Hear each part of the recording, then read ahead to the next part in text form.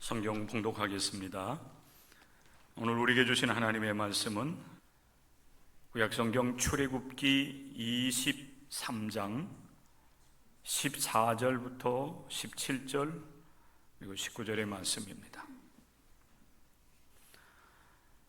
너는 매년 3번 내게 절기를 지킬지니라. 너는 무교병의 절기를 지키라. 내가 내게 명령한 대로 아비벌에 정한 때에 이래 동안 무교병을 먹을지니 이는 그 달에 네가 애굽에서 나왔음이라. 빈손으로 내 앞에 나오지 말지니라. 맥추절을 지키라. 이는 네가 수고하여 밭에 뿌린 것의 첫 열매를 거두미니라. 수장절을 지키라. 이는 네가 수고하여 이룬 것을 연말에 밭에서부터 거두어 저장함이니라. 네 모든 남자는 매년 3번씩 주 여호와께 보일지니라. 19절입니다. 네 토지에서 처음 거둔 열매에 가장 좋은 것을 가져다가 너희 하나님 여호와의 전에 드릴지니라.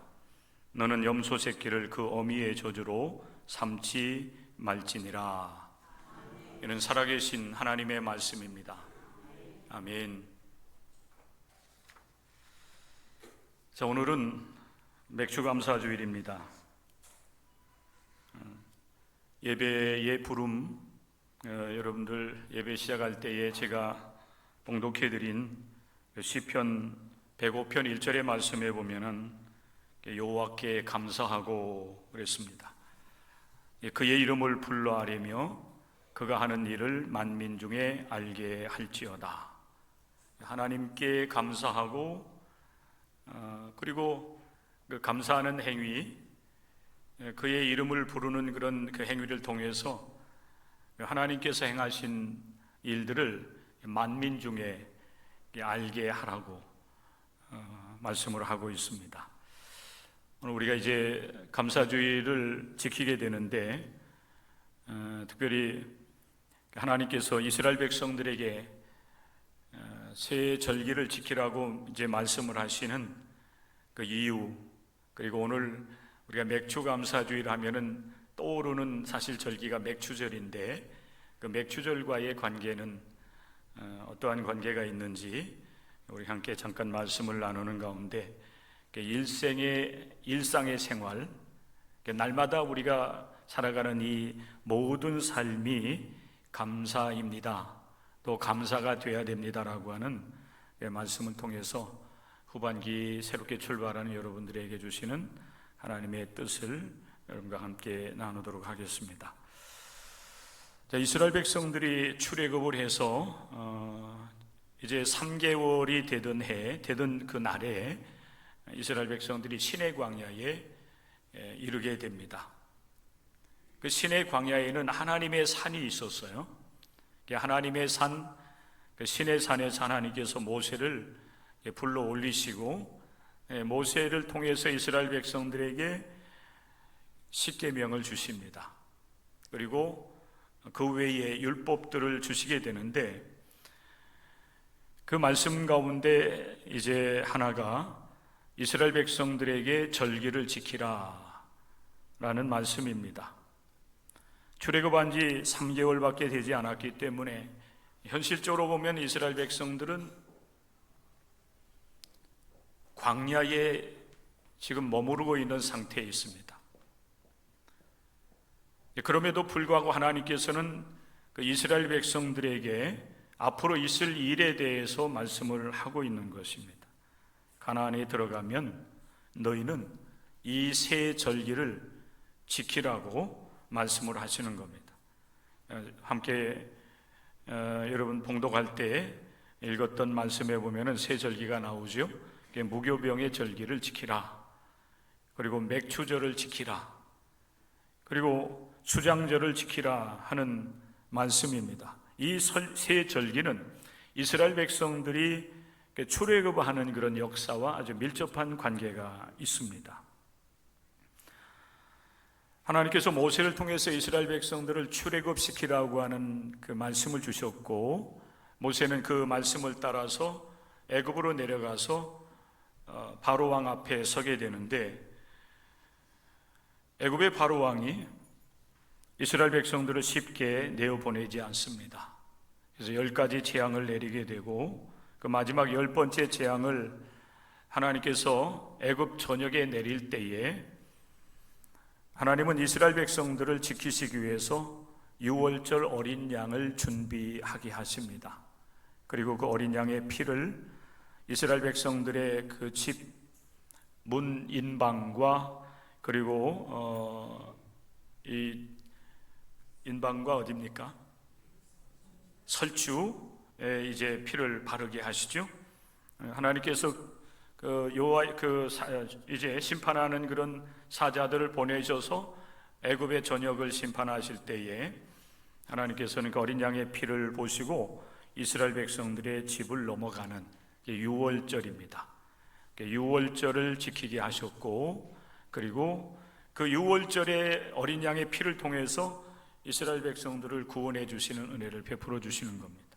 유월절 이후에 출애굽을 하지요. 그리고 이제 출애굽한 이후에 3개월이 지난 시점에서 이 말씀을 주신 것입니다.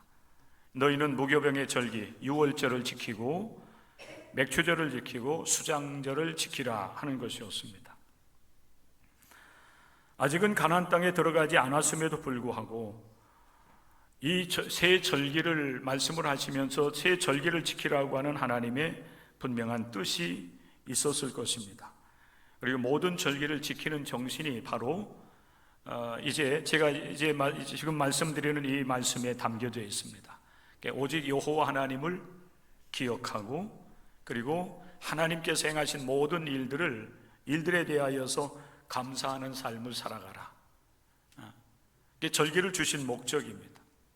그리고 이스라엘 백성들이 하나님 앞에 앞으로 정착해서 살아가는 모든 날 동안에 이 새 절기를 지킬 때도 동일한 그런 마음으로, 동일한 목적과 동일한 이유를 가지고 이제 절기를 지켜야만 됐습니다.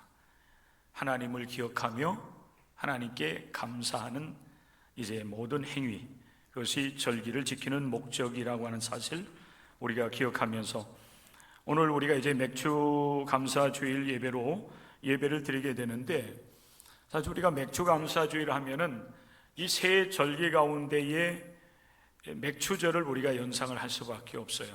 이름이 같거든요. 그런데 실제적으로 이스라엘 백성들이 맥주절을 지키는 그 시기하고 우리 한국 교회, 우리 이제 감리교회뿐만 아니라 개신교회 이 개신교회는 전통적으로 7월 첫 번째 주일을 맥주감사주일로 하나님 앞에 지키면서 하나님께 영광을 올리게 되는데, 그 시기적으로는 사실은 조금 차이가 있습니다. 이스라엘 백성들이 지키는 맥주절은 5월 중순경이 돼요. 밀을 수확하면서 그 열매로 하나님께 감사의 행위, 감사의 이제 그 제사를 드리는 것이 바로 맥주절입니다. 그런 반면에 한국 교회는 5월 중순 말경이 아니라 7월 첫 번째 주일로 이제 정하여서 맥주감사 주일을 지키게 되는데, 이 맥주감사 주일은 사실은 유월절, 맥추절, 수장절과는 이렇게 좀 연관이 되어 있지만은 사실 똑같은 그런 절기는 아닌 것 같습니다. 제가 그동안 여러분과 같이 이 그 맥주감사주일 또 추수감사주일 예배를 드릴 때에는 사실 그렇게 제가 말씀을 드렸어요. 그걸 조금 제가 이제 수정을 해서 여러분들에게 말씀을 드립니다. 이스라엘 백성들은 밀을 추수하면서 맥추절을 지켰지만은 한국 교회는 사실은 밀을 수확하는 시기하고는 맞지 않아요. 그리고 성서적으로 얘기하고 있는 맥추절과는 시기적으로 이렇게 일치는 하지 않는다라고 하는 거예요. 5월 중순과 이 7월 초라고 하는 것은 분명한 차이가 있기 때문에 그렇습니다. 한국 교회는 과거에 보면은 농촌 교회들은 지금도 농사를 짓고 그리고 이제 전반기 추수를 마친 이후에 이 감사주의를 지키기 때문에 농촌교회 성도들과 목회자들은 실제적으로 이 감사주일 분위기가 나고, 또 그리고 그 감사하는 마음으로 이제 절기를 지키기 때문에 정말 그 실감이 있으리라 그렇게 생각이 돼요. 그런 반면에 도심에서 이렇게 생활하는 우리 기독교인들에게 있어서는 그렇지 못한 것이 현실입니다. 농사하지 않기 때문에 수확한 것도 없고, 또 맥주 감사주일인데 실제적으로 우리가 맥주를 수확하지 않았기 때문에 감사 예배를 드리면서도 이게 뭔가 이렇게 와닿지 않는 그런 현실 속에서 우리가 감사주일을 지키는 것이 사실 문제가 있는 겁니다. 농촌은 사실은 지금이 이제 보리를 거두어들이는 그런 시기예요. 그런데 이스라엘 백성들은 보리가 아니라 사실 밀을 거두어들이면서 맥주절을 지켰다라고 하는 거예요. 그래서 구약 학자가 이 글을 쓴 것을 볼 수가 있었는데, 출애굽기 23장 14절부터 17절의 말씀을 번역할 때에 번역상에 조금 문제가 있었다, 이렇게 글을 쓴 것을 제가 확인을 할 수가 있었습니다. 그분의 주장을 우리가 인정을 하면서 말씀을 나눈다라고 하면은, 사실 오늘 우리가 드리는 이 예배는 진정한 맥주절이 될 수는 없어요. 그러나 맥주절의 정신을 우리가 살려서 전반기 동안 하나님께서 우리의 삶을 이끌어 주시고 함께 해주신 그 은혜를 우리가 기억한다면, 오늘 드리는 이 맥주 감사주일의 예배는 진정한 감사의 주일이 되리라 그렇게 믿고 확신을 합니다. 우리 도심 속에서 신앙생활하는 우리 기독교인들은 전반기 하나님께서 내 삶에 함께 하셔서 은혜를 주시고 역사하신 것을 기억하면서 하나님 앞에 감사를 드린다라고 하면은, 오늘 맥주 감사 주일의 의미도 우리가 되살릴 수 있지 않겠는가라고 하는 사실입니다. 우리는 지난 6개월의 삶을 살아왔습니다. 늘 여러분들에게 말씀을 드리지만은, 우리 기독교인들은 사실은 예수 그리스도의 오심을 기다리는 그 대림절로부터 해서 이 새로운 그 한 해가 시작된다고 볼 수가 있어요. 대부분 이제 12월 첫 주부터 우리가 대림절이 시작된다고 보면 될 수가 있어요. 대림절 4주 주일이 지나고 나서 이제 그 주간에 성탄절이 있게 되는데, 성탄절 우리 개신교인들은 12월 25일을 성탄절로 정하여 지키고 있습니다. 그리고 이제 주현절, 2024년으로 보면은 1월 6일이었습니다. 그 사순절이 또 시작되었죠. 주현절 이후에 2월 24일부터 3월 30일, 그리고 부활절이 3월 31일이었습니다. 그리고 성령 강림절, 우리가 5월 19일 날 여러분 이제 성령 강림절을 지켰는데, 우리가 성령 강림절을 오순절이라고도 하지요. 그런데 여러분, 이 성령 강림절, 이 오순절을 우리 그 하나님께서 이스라엘 백성들에게 새 절기를 말씀을 하시면서 맥주절을 지키라고 했는데, 그 맥주절의 의미가 사실은 우리 시기로 본다라면 성령 강림절하고 일치해요. 6월절 이후에 7주가 지나면 여러분 그 이제 77절이 되는데, 한 주가 여러분 7일이잖아요. 7에 49 하면은 50일이 됩니다. 49일이 지난 77절이 지난 이제 다음 날, 그날이 이제 오순절 50일째가 되는 날이에요. 이게 6월절로부터 50일째가 되는 날이 오순절이 되고, 우리 여러분 개신교 신약으로 넘어오면은 오순절날 성령 강림의 역사가 임하는 겁니다. 그리고 교회가 태동이 되는 역사를 우리는 성서를 통해서 이제 확인을 할 수 있게 되는 것입니다. 그렇게 여러분 우리는 이제 7월 그렇게 지나면서 이제 7월 이제 우리가 첫 번째 주일을 맞이했는데, 이 맥주 감사 주일은 전반기 6개월 동안 지나온 삶에 대한 감사로 여러분들이 보시면 돼요. 그리고 새로운 그 후반기를 출발하는 주일로 삼고 하나님 앞에 감사하면서 후반기의 삶을 주님께 맡기는 여러분들이 될 수 있기를 바랍니다. 그렇게 본다라고 하면은 오늘 맥주 감사 주일의 의미를 우리들도 되살리면서 하나님께 진정한 감사 예배를 올려드릴 수 있게 되는 것입니다. 지난 모든 6개월 동안의 삶은, 우리 모든 생활은 하나님 안에 있었습니다. 그렇기 때문에 우리는 하나님께 모든 것에 대해서 감사하고 또 하나님께 영광을 올려드릴 수가 있다라고 하는 것입니다. 자, 여러분, 지난 6개월 동안 여러분의 삶 속에서는 어떠한 일들이 있었습니까? 한번 되돌아볼 수 있기를 바랍니다. 2024년 우리가 송구 영신 예배를 통해서 한 해를 마무리하면서 이제 2024년 새해를 우리가 출발했어요. 1월 1일이었습니다. 1월 1일 우리가 생각하면 까마득해요.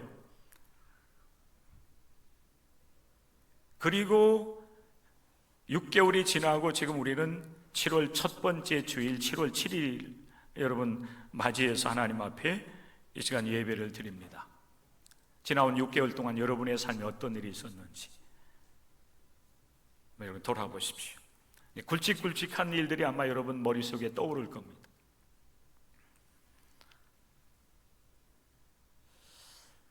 저는 개인적인 그 일보다는 교회적인, 또 우리 이 신앙 공동체를 이루어가는 성도들의 삶에 어떤 일들이 있었는지를 제가 이렇게 한번 정리를 해봤습니다. 성도들의 이야기, 그리고 우리 교회 공동체 이야기들을 이렇게 정리를 해봤는데, 특별히 제가 이제 이렇게 6개월 동안 돌아보면서 제일 먼저 떠오른 것은 하나님 나라의 부름을 받은 성도들이 생각이 났습니다.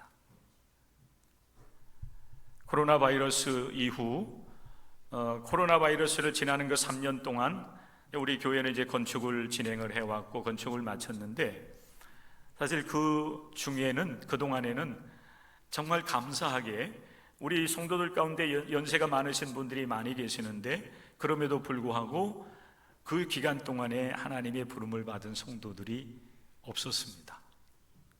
별세한 거예요. 돌아가신 분들이 없었다는 얘기예요. 너무 감사한 일이에요.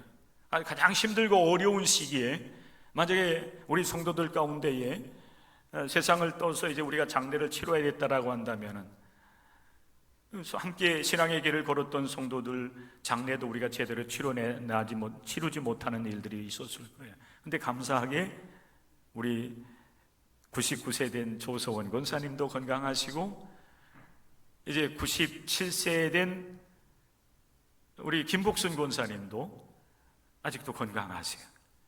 지난번에 범철 신방을 하면서 뵈니까 오히려 김복순 권사님은 보청기를 잘 해가지고 대화가 될 정도로 더 좋아지셨어요. 이게 너무 감사한 일이에요.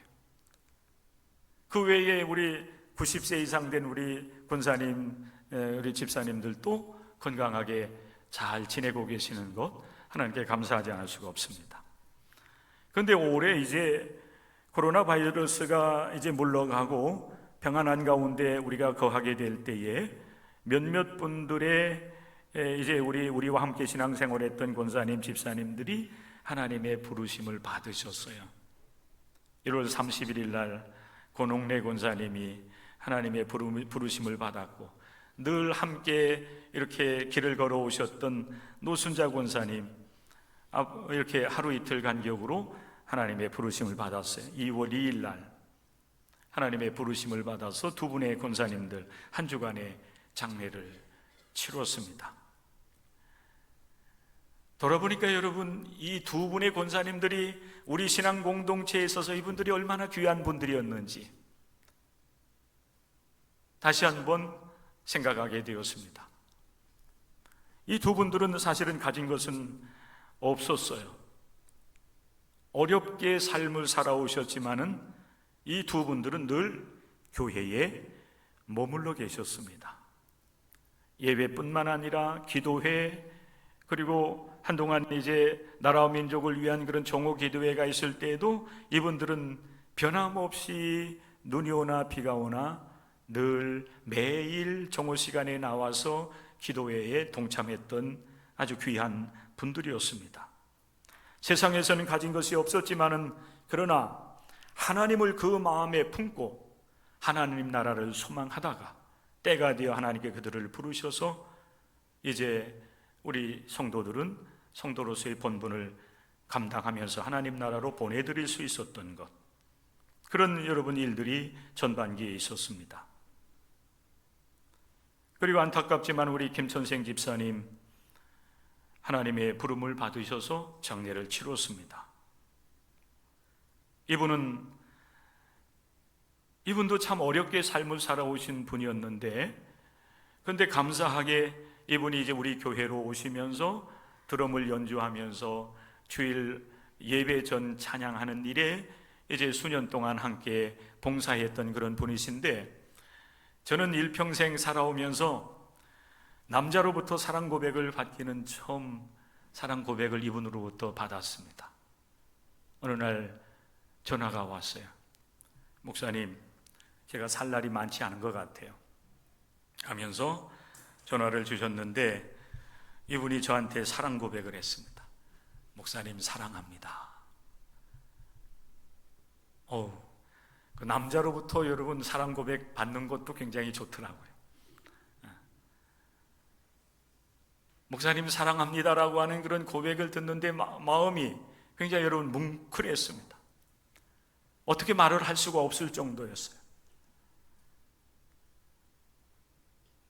제대로 호흡을 하기 힘들어가지고 이 호흡기를, 그것도 이제 이렇게 가정에 있으면서도 또 이제 힘들어서 이제 요양원에 가셨을 때에도 병원에서 이제 공급해준 굉장히 그 성능이 좋은 이 산소통에 연결된 호흡기를 꽂아야만 생활할 수밖에 없었던 이분이 마지막 하나님의 부름을 받기 전에 동광교회 때문에 행복했습니다.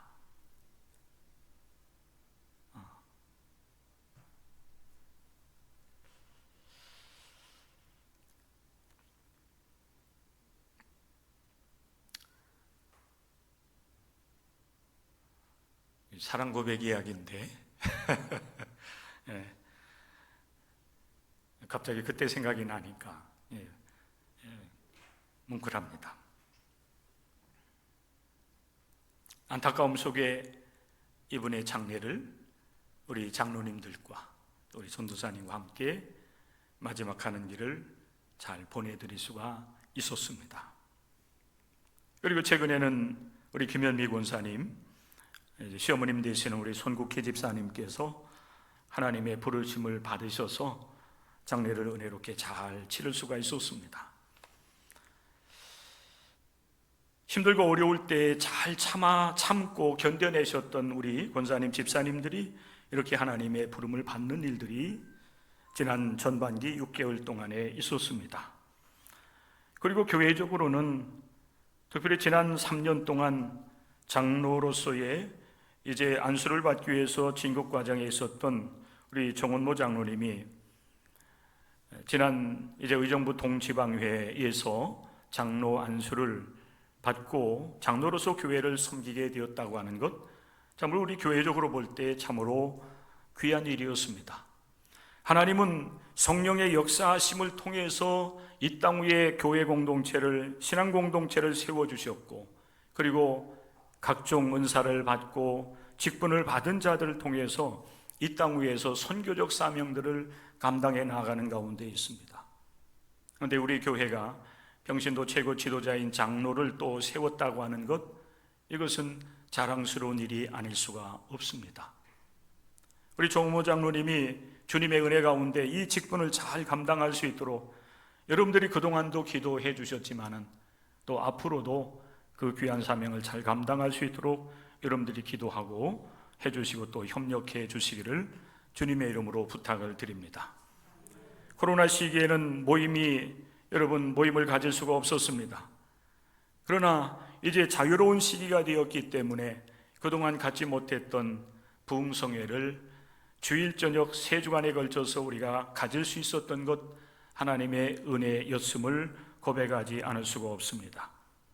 3월 3일 주일 정지태 목사님, 10일 민중인 목사님, 그리고 3월 13일 주일 저녁 이병일 목사님, 이 세 분의 목사님들이 오셔서 그 어떤 부흥 강사 못지 아니하게, 아니 그분들보다 훨씬 더 순수하고 더 열정적으로 한 시간 한 시간씩 말씀을 전해 주셨습니다.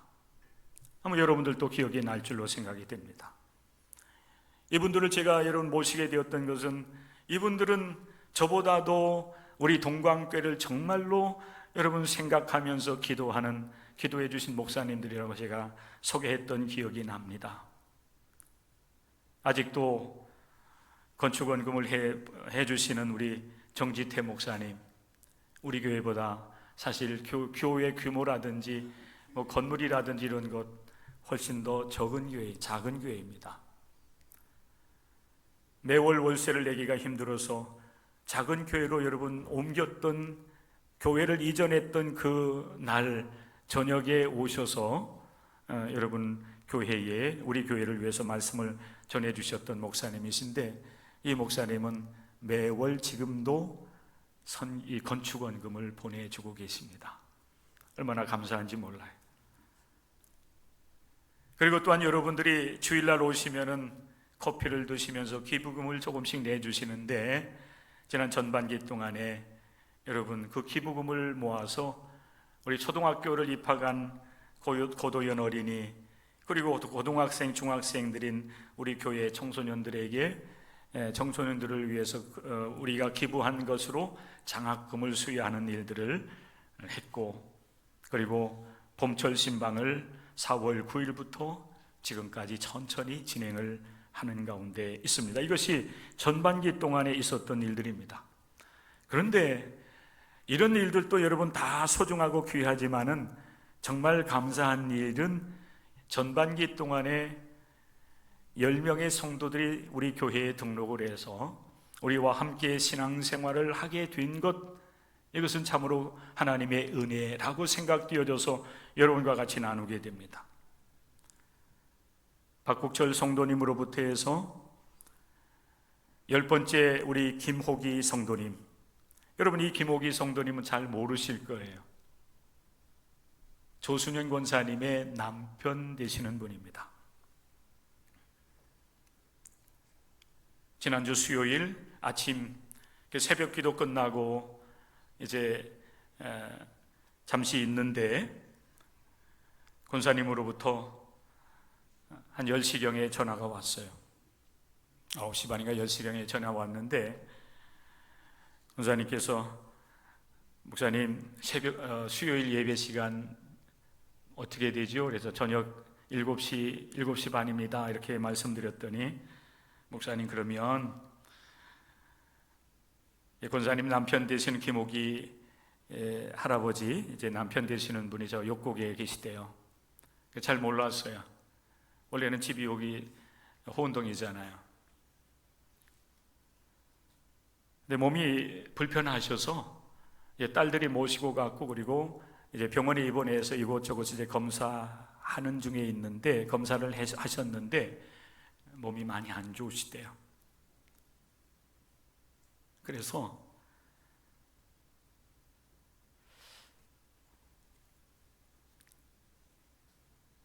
하나님의 부름을 받기 전에 목사님이 가셔서 좀 남편 되시는 할아버지에게 복음을 전해주시고 예수님 영접할 수 있도록 좀 해주셨으면 좋겠다고. 어떻게 할지 모르겠지만은 목사님이 좀 가셔서 남편을 위해서 복음 좀 전해주시고 영접하고 하나님 나라 갈 수 있도록 해달라고 그렇게 부탁을 하셨어요. 그래서 권사님의 전화를 받고서 권사님을 모시고 역곡 따님의 집으로 갔습니다. 사실 우리 조순영 권사님의 남편 되시는 분은 덩치도 크시고 그리고 건강하셨었어요. 물론 이제 연세가 이제 80이 넘으셨기 때문에 약간 이제 치매 증세도 오셔서 권사님이 좀 힘들어 하시기도 했지만은 갑작스럽게 그렇게 몸에 큰 병이 이제 와서 누워 계실 줄은 사실은 생각을 못 했어요. 6월 아마 이제 초쯤에 이제 바깥에 나가서 식사하고 오셨는데 소화가 안 된다고 하시니까 따님들이 이제 모시고 가서 이제 그 병원 주변에 있는 큰 병원에 가서 이제 검사를 하게 되었는데, 그만 큰 병이 이제 확인이 됐는데, 이미 이렇게 다른 이제 주변에 있는 장기까지도 이미 그 암이 이제 전이가 돼가지고 얼마 살지 못하는 그런 이제 판명을 받은 거예요. 그래서 더 이상 어떻게 치료할 길은 없고, 그래서 이제 편안하게 이제 임종하기까지, 별세하기까지 보호를 받기 위해서 호스피스 병동에 이제 들어가야 되는 시점이 된 거예요. 수요일 날 제게 부탁을 했고, 제가 가서 복음을 전하고, 우리 김옥희 성도님이 제가 전하는 복음을 그대로 받아들였고, 또 영접 기도를 다 하셨어요. 정확하게. 근데 이제 목요일 날 호스피스 병동에 들어가면, 그 호스피스 병동은 이제 성모병원이 그 옆곡에 있는, 가까이에 있는 그런 그 호스피스 병동에 들어가게 되는데, 그러면은 이제 성모병원이면 이제 천주교회 아니겠어요? 그러면은 분명히 호스피스 병동에서 수녀님의 어떤 그 돌봄을 받게 된다라고 하면은 하는 생각이 들면서, 제가 급하게, 사실은 뭐 제가 이제 세례를 베풀기 위해서 준비해 간 것은 아니었지만은 그 자리에서 세례를 베풀어야 되겠다고 하는 그런 감동이 왔고, 그래서 그 자리에서 병상 세례와 같이 세례를 간단하게 약식으로 세례를 베풀고 돌아왔습니다. 어제 우리 조순인 권사님께 전화를 드렸더니 딸한테서 전화가 왔는데, 의사 이제 병동에서 임종의 때가 얼마 남지 않았다고 오셔야 된다고 해서 어제 역곡에 내려가신다고 그렇게 전화를 받았습니다.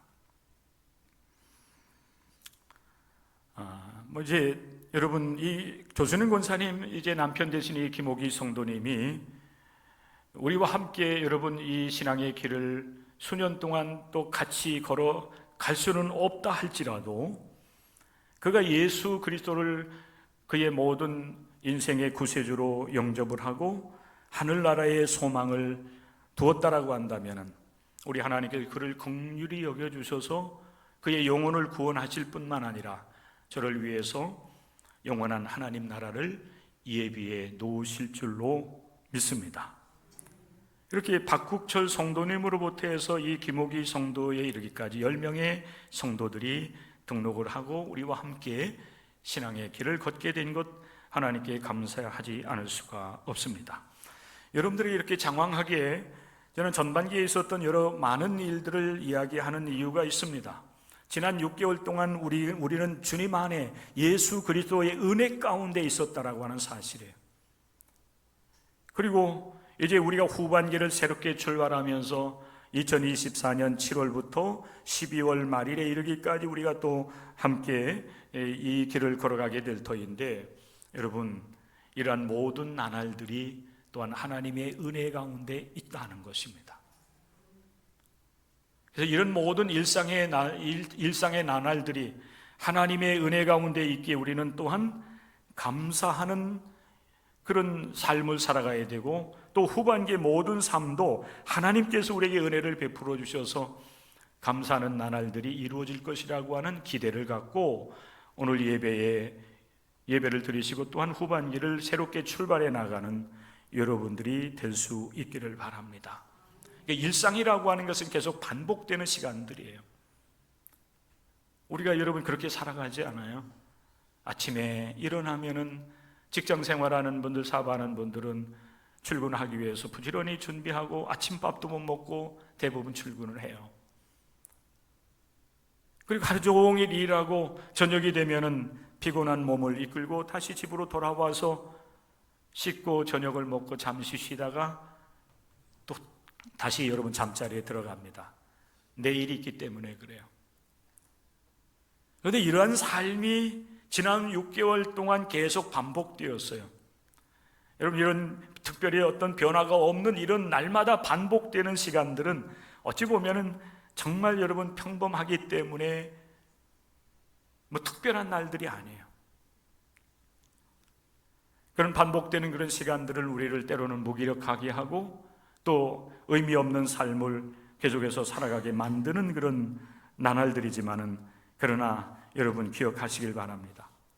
그런 여러분 일상의 삶도 우리는 하나님의 은혜 가운데 있고 하나님의 능력 가운데 있다라고 하는 사실을 여러분들 기억하면서 감사가 일상이 되는 은혜가 여러분 가운데 임할 수 있기를 바랍니다. 그래서 사도 바울은 우리에게 권면하기를 범사에 감사하라 그랬어요. 이 범사에 감사라고 하는 이 말씀은 여러분 일상이 될 수도 있어요.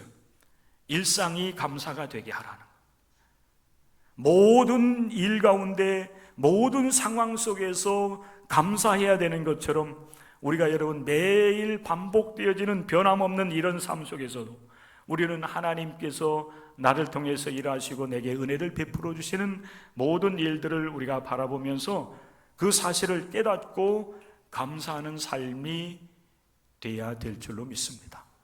오늘 맥주감사주의를 지키는 의미도 여기에 있는 거예요. 지난 6개월 동안의 삶, 변함없는 삶이었지만은 하나님께서 내게 은혜 주신 것을 깨닫고 감사해야 된다는 거거든요. 하나님은 날마다 또한 우리에게 은혜를 부어주신다고 하는 사실을 믿고 후반기를 여러분들이 출발해 나갈 수 있기를 바랍니다. 날마다 하나님은 우리에게 은혜를 부어주세요. 그 은혜를 여러분들이 알 때에 감사할 수가 있어요. 감사 주일만 감사하는 것이 아니라 날마다 일상의 삶 속에서 모든 일 가운데에 범사에 감사할 수 있는 사람, 그 사람 누구입니까? 하나님이 날마다 내게 은혜를 부어주신다고 하는 사실을 아는 사람, 알고 여러분 믿음으로 고백하면서 모든 일 가운데에 하나님께서 은혜 주셨고 하나님께서 일을 행하셨음을 기억하면서 모든 일 가운데 감사할 수 있는 여러분들이 될 수 있기를 바랍니다. 일상의 감사는 여러분 우리의 생활을 더 풍성하게 해요. 맨날 여러분 원망하고 불평하고 부족하다고 여러분 그렇게 여러분 투정하면서 삶을 살아가는 사람과 부족함에도 불구하고 하나님께서 또한 은혜를 주셨음을 기억하면서 감사하고 또 하나님께 영광을 올려드리는 삶을 살아간다고 하면은 그 삶의 차이는 여러분 천지 차이가 되는 거예요. 풍족해도 원망하며 불평하며 투정하는 사람이 있는 반면에 부족함에도 불구하고 하나님의 은혜를 기억하면서 깨닫는 사람들은 늘 감사하기 때문에 그 삶이 더 풍성하고 풍요로운 것입니다. 무엇보다도 여러분 서로를 향해서 감사하는 여러분들이 될 수 있기를 바랍니다. 하나님께 감사할 뿐만 아니라 우리가 서로를 향해서도 감사해야 돼요. 가정에서는 여러분 부모님과 자녀들이 서로 고맙다고 감사하다고 말할 수 있어야 되고, 부부 사이에는 여러분 더욱더 그러할 겁니다. 남편에게, 아내에게. 교회에서는 또 여러분 어떻게 해야 될까요? 목사와 성도들 간에 서로 고맙다고 감사하다고, 당신이 있었기 때문에 내가 힘을 낼 수가 있었다고, 여러분 그렇게 서로 고백하면서 정말 서로 감사하며 서로를 대할 수 있는 여러분들이 될 수 있어야 돼요. 그러면은 후반기도 하나님께 감사할 수가 있을 거예요. 그리고 서로를 향해서도 감사하는 그런 일들이 넘쳐나게 될 줄로 믿습니다. 그래서 여러분 여기에서 또 한번 해봐야 돼요. 옆에 있는 분에게, 남편에게, 아내에게, 또 옆에 부부 사이가 아니라고 한다면은 여러분 우리 옆에 있는 우리 성도에게, 집사님, 권사님, 장로님이 나와 함께 계셨기 때문에 내가 힘을 내어 여기까지 살아왔습니다. 자녀들이 있다라고 하면 여러분 자녀들에게 한번 그렇게 해보시고, 부모님께 한번 여러분 그렇게 해보십시오. 한번 해보십시오.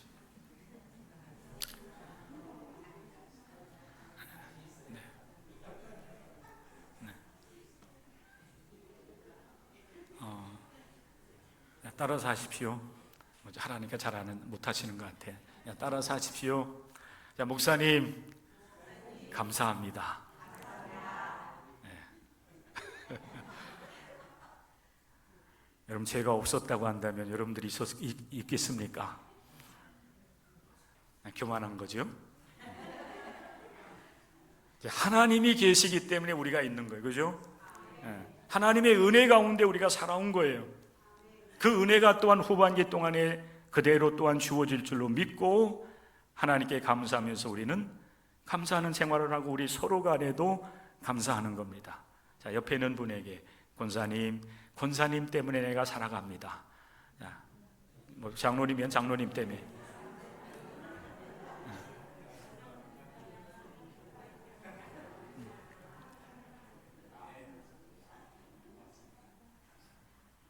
코로나 바이러스는 여러분 우리를 두렵게 만들었습니다.